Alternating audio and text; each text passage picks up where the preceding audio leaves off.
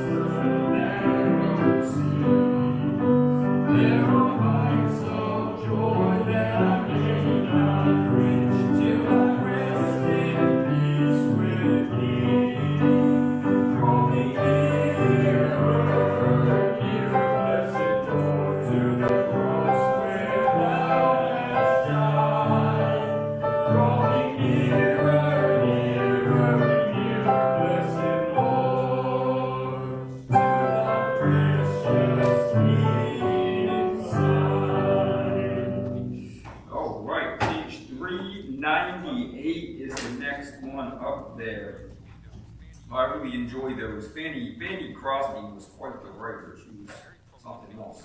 Very prolific too. You ever look at the amount of hymnals that lady wrote? It's incredible. 398, which is not a Fanny Crosby song, by the way.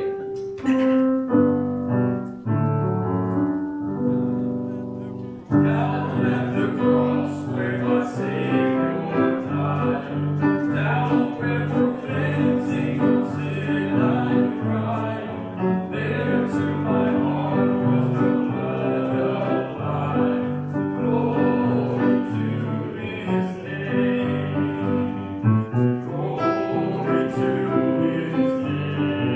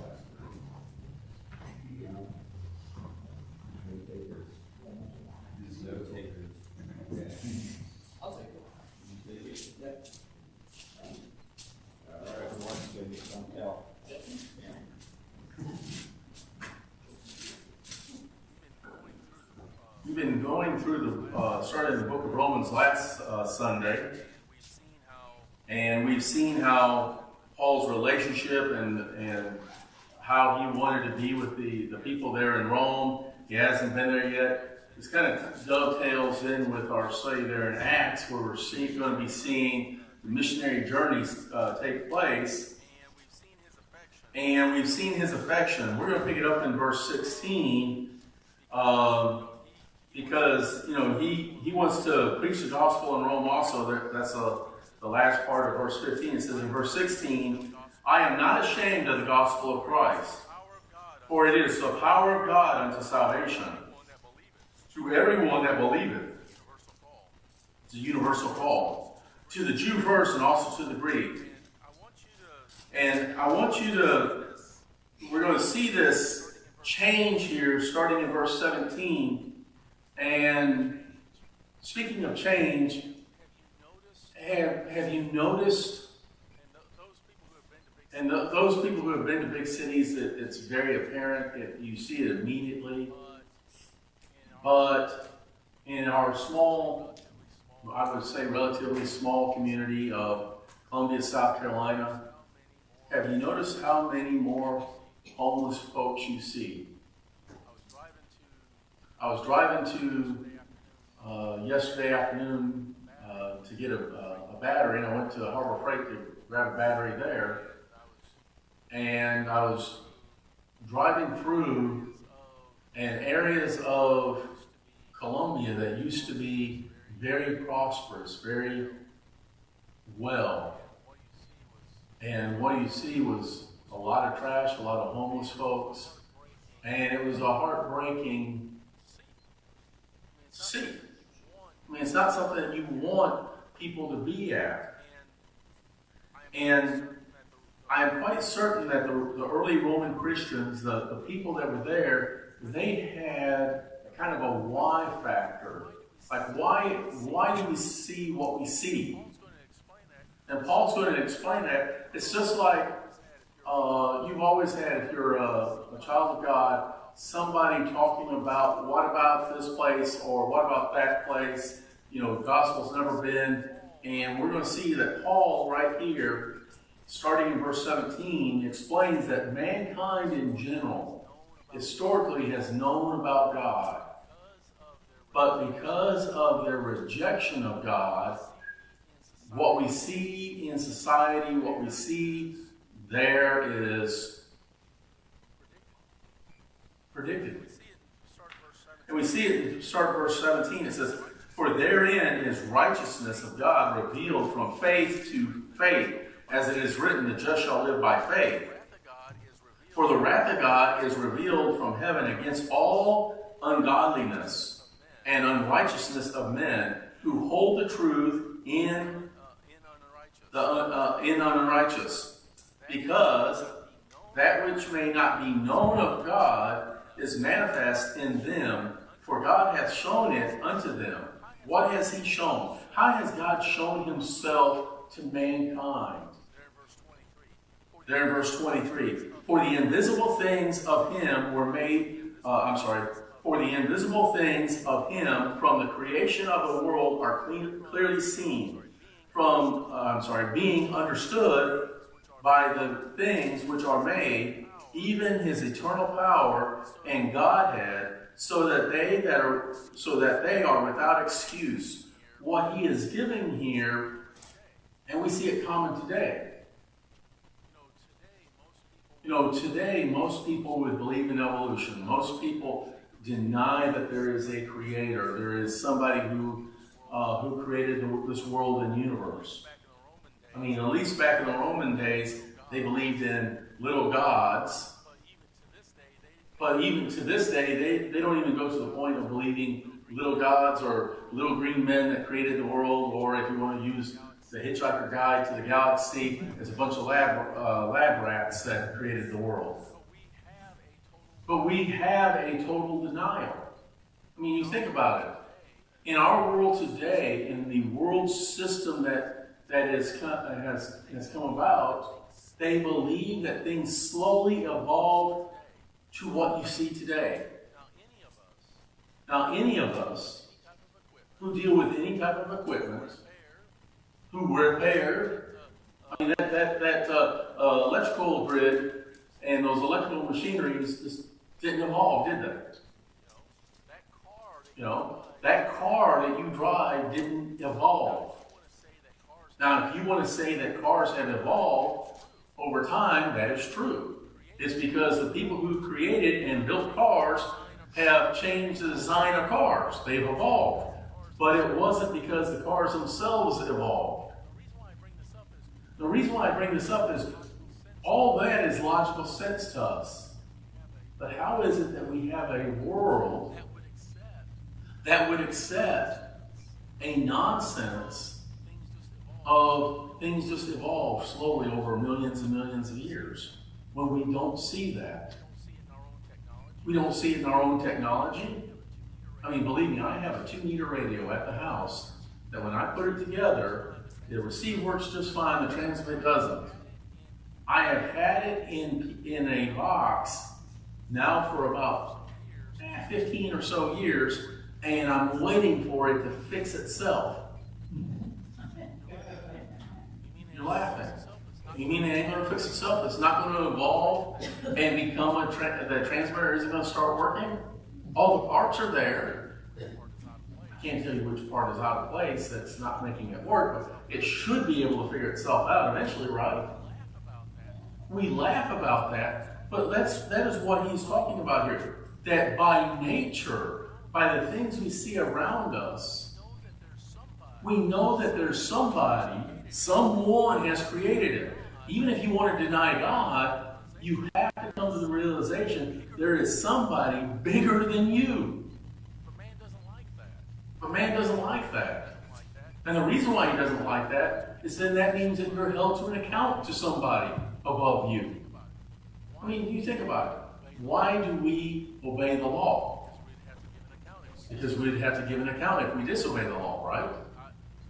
You know, if you want to fly down the highway at 90 miles an hour, that's all great and fine, all the way up until you get those blue lights right behind you, right? And then you have to give an account of why you were going down the road at 90 miles an hour. And your bank account drops significantly from that ticket.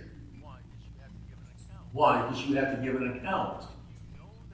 And when you know that there is a person, and let's say if it's a lost person who doesn't want to believe in God, there is somebody you have to give an account to. They don't want to hear that. Because now they have to be responsible for their actions. And they don't want to be responsible. There in verse 21, because that when they knew God, they glorified him not as God, neither were thankful, but became vain in their imaginations, and their foolish heart was darkened. They didn't want to give God his proper respect. And we see that even if you want to take it down, and I was using the example of law and government here on earth. You know, people don't want to give the respect to government like they're supposed to. You don't necessarily have to like who's in charge, but government has been ordained by God, and we have to give it proper due respect. But what's happened? They were not thankful for God. They didn't give him the respect, and they didn't want to acknowledge that they have to give an account. So what happens to them? Their foolish hearts become darkened. How do they become darkened? Verse 22, professing themselves to be wise, they became fools, and changed the glory of the incorruptible God into the image made like corruptible man, to birds and four-footed beasts and creeping things. He's giving here a direct equivalent to all those gods that we were in the Sunday school class talking about, that the gods of Egypt, the gods of the Babylonians, all these. What did they do?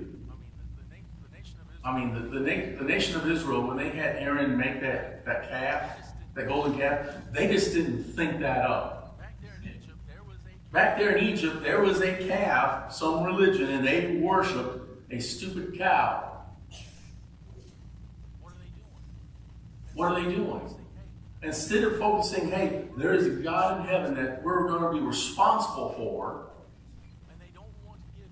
and they don't want to give him, because see, here's the thing. If we're responsible for our actions to God, and I'm talking about mankind as a whole, then you can't do certain things, can you?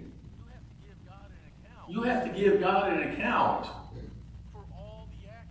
for all the actions that you do. A government has to give an account for all the actions it does. Well, I mean, you think about it, cows, we control cows, don't we? We do. We eat them. We control them. Isn't it easy to make them your God? Because who's controlling who? Look what happens further. They're in verse 24. Therefore God also gave them up to uncleanliness through the lust of their hearts, to dishonor their own bodies between themselves. And here's the sad thing. We see that in our world today. Now I'm going to go through this list right here of things and tell me if this is not what we see in America today. There in verse 25. Who changed the truth of God into a lie, and worship and serve the creature more than the Creator, who is blessed forever. Amen.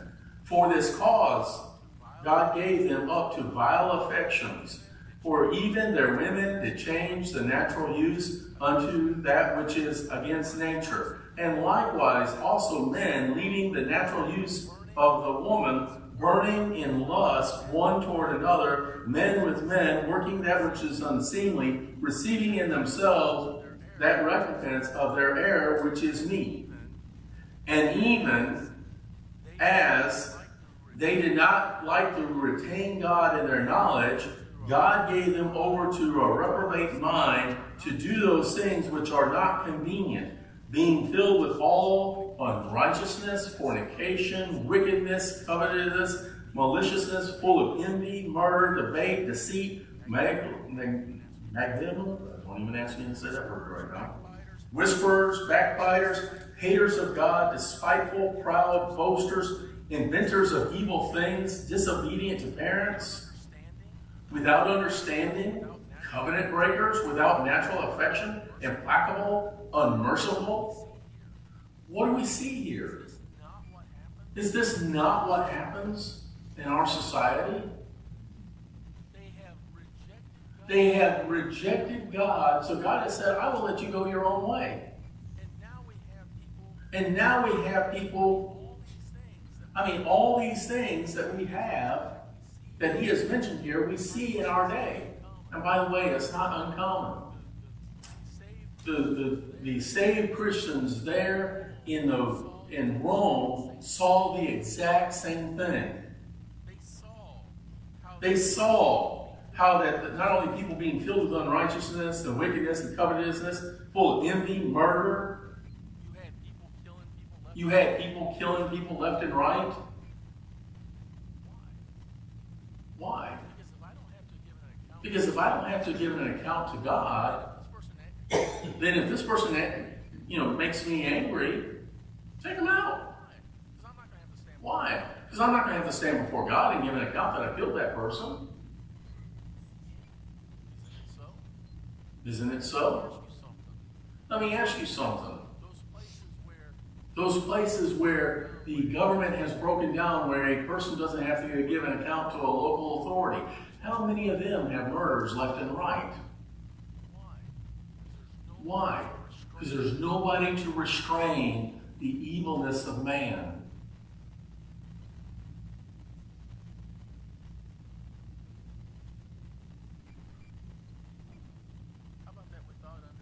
How about that without understanding? We have people sitting there in this world and have come up with all sorts of crazy things, and you look at them and you say, you guys are nuts.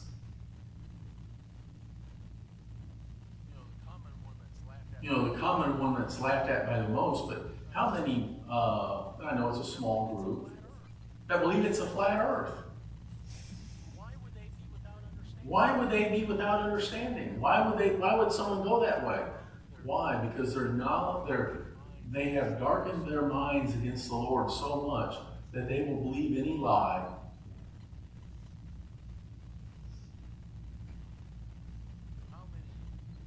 How many, this is a lot more, how many people out there think that we control the earth? We have absolute control, and if we don't do this or we don't do that, all life here on earth will be gone and all that. I'm not saying we can't make it unpleasant. But we have people who think that they are what? That they're God.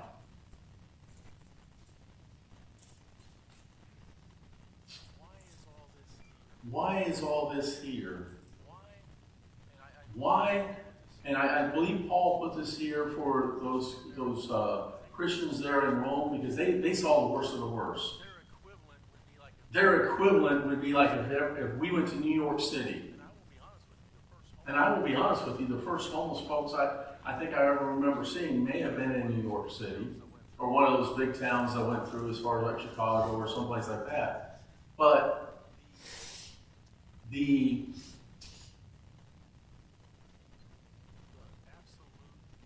absolute scum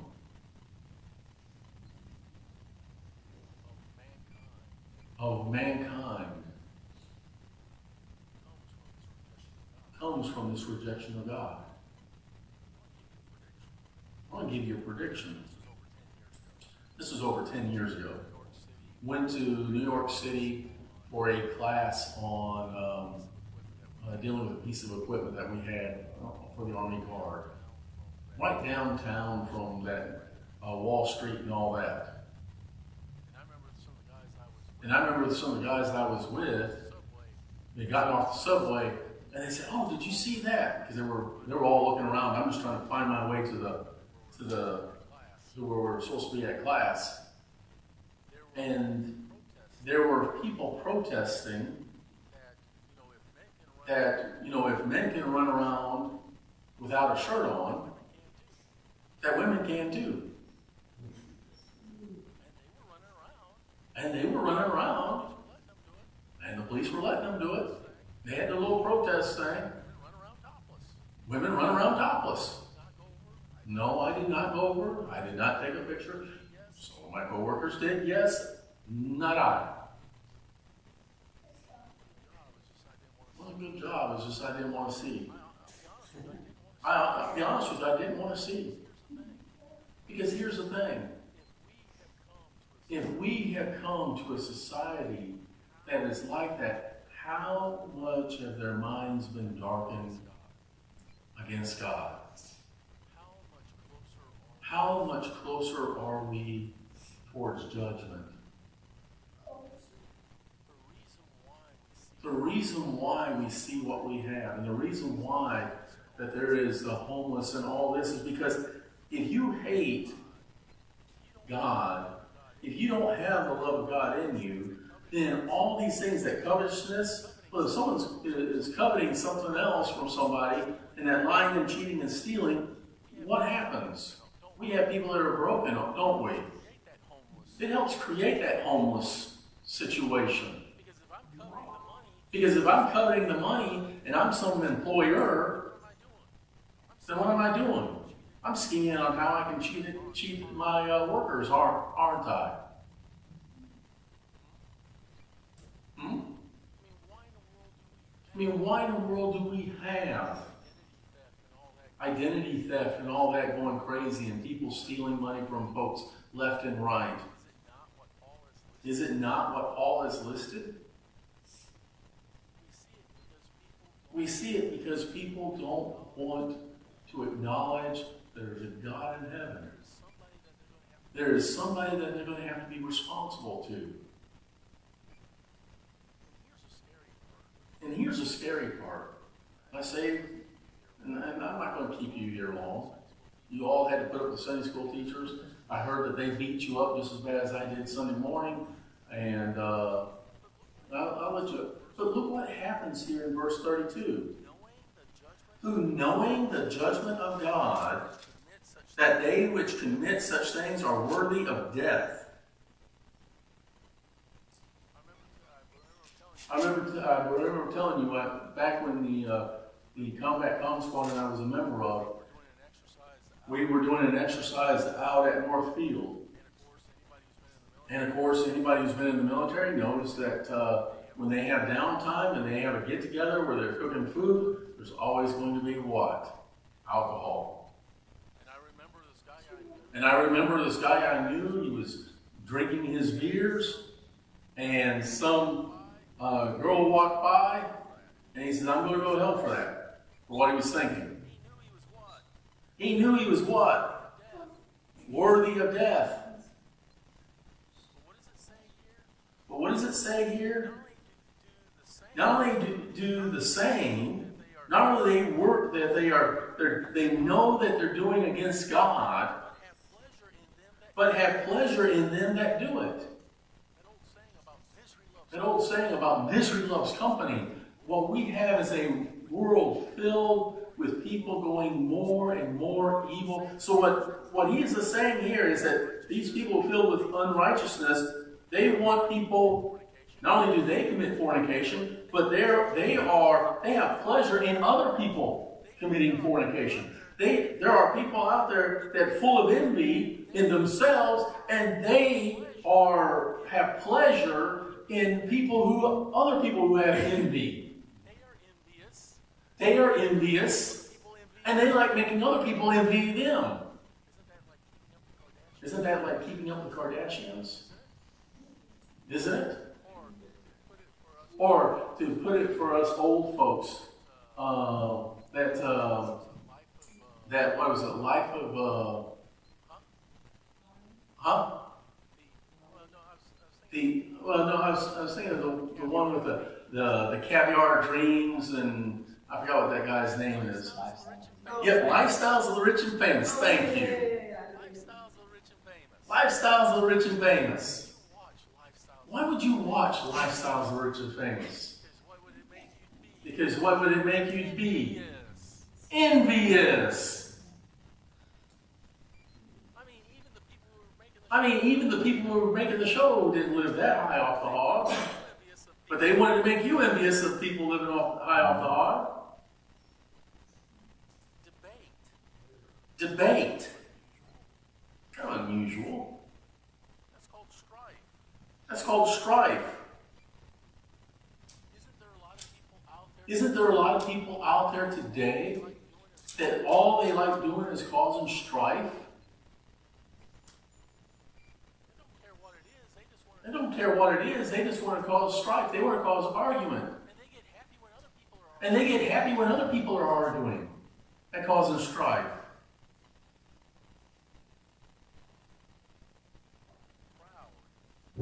Proud. football for a moment.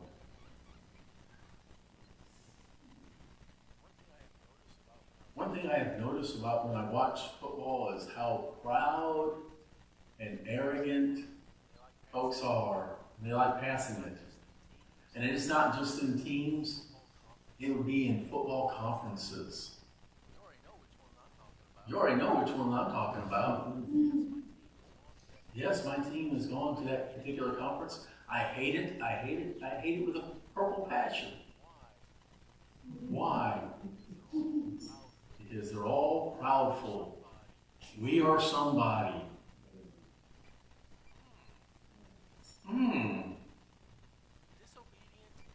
Disobedient to parents.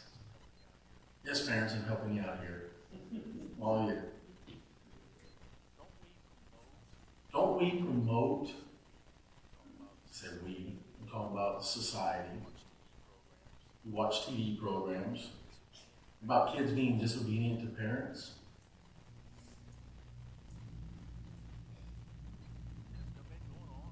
And it's been going on for a long time.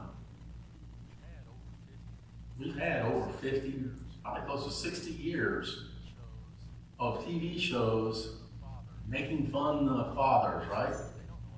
They're stupid. They don't know what they're doing. After they got done beating down the dads, who's the next one that they made fun of and gave a hard time? Moms.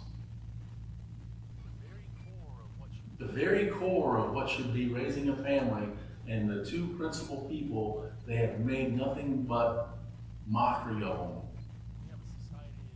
We have a society today that if you said that you were a stay-at-home mom, they would be laughing at you. What's wrong with this?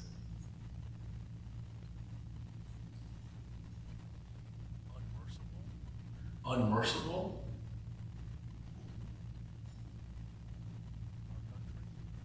Our country, one of the most litigious countries in the world. No one's showing mercy, are they? Do you understand what mercy is?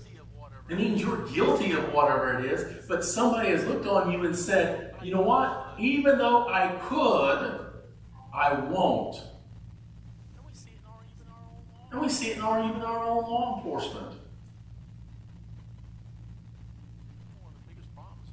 One of the biggest problems and the reason why you have people getting mad at police and hating police and all the stuff going on with police is, yes, they may be able to put you in jail for whatever, but isn't it unique how it seems like even the smallest things that they'll arrest somebody on? I've seen it. I've watched the videos. Somebody giving them a mouth, and what happens? Pretty quick. Instead of a simple ticket, all off to jail. Now, does the person who's miling off should? But you can always wait till the court date. You really hurt them where it hurts most. Your wallet, right? But all these things we see in our society, why? Because they don't want to know God. What's the hardest thing? Those of us who go on church visitation, knocking on people's doors, and here's the thing, folks. And I'll just say what I ask. I tell them I'm the pastor of New Hope Baptist Church. We're out in the neighborhood. We're inviting people to church, and here's I don't even tell them it's a tract. I just say on the backside it gives the times for the church. It is a tract. But how many people, and I'll tell you, over 90% of the doors that we knock on, no one answers. They're there. We can hear it. We see the car there. Why? Because they don't want to come to the fact that there is a God in heaven and they're going to be held into account.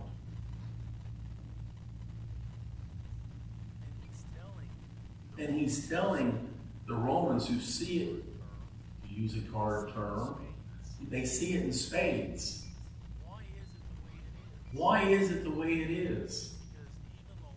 Because even the lost have had an opportunity that they know in their heart that there is a God. There is someone over them.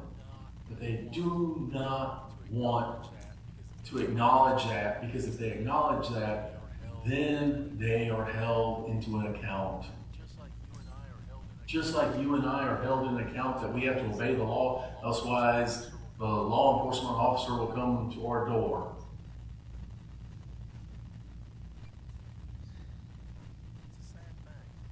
It's a sad thing. But what I want you to see, it's all because they don't want to recognize the Lord.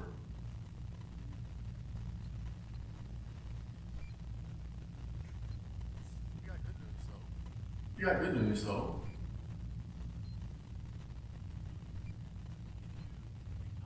If you acknowledge God, you've asked Him for His forgiveness, He'll forgive you. And oh, by the way, if we ask God to soften people's hearts, the Lord knows how to soften people's hearts.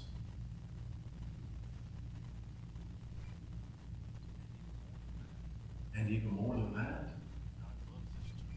God loves His children, and He'll take care of them. We live in a sinful world of its own doing, but we don't have to be a part of it.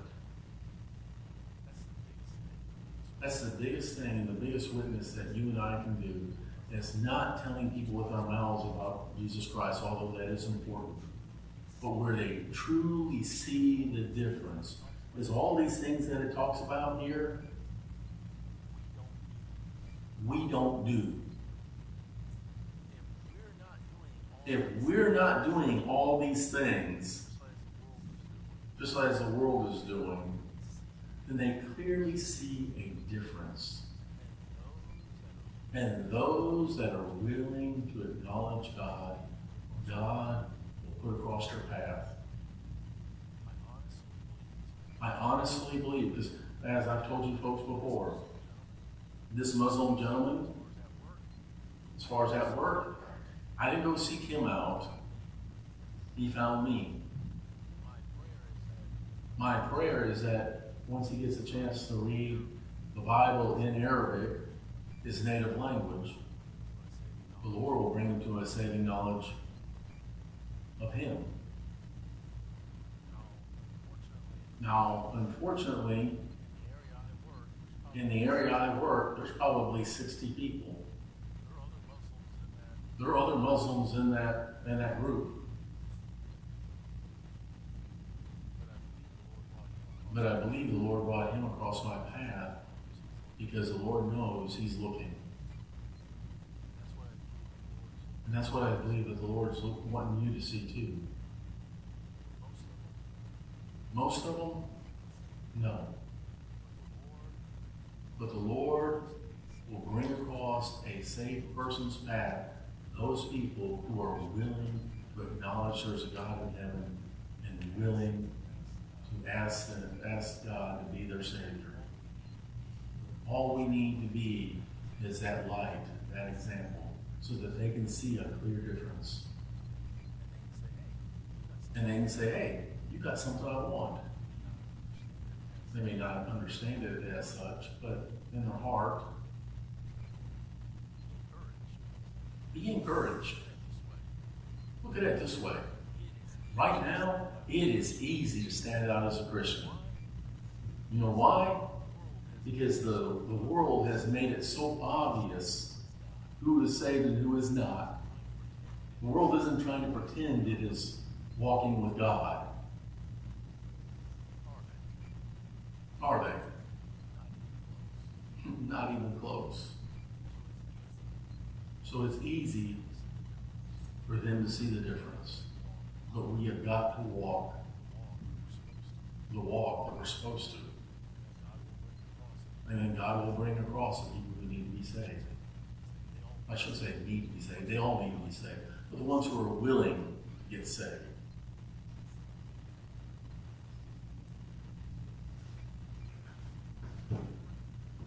Brother Jordan, would you close us in prayer? Sure. Father, we thank you for the chance to be here once again, Lord. And all the messages that you lined up today to encourage our hearts to be better servants to you, Lord. And we need to do that every day. It's on us. We're not walking close to you. It's not because you don't want us to.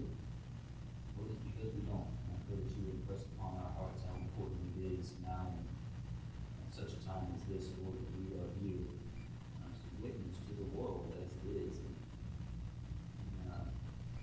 what better world it could be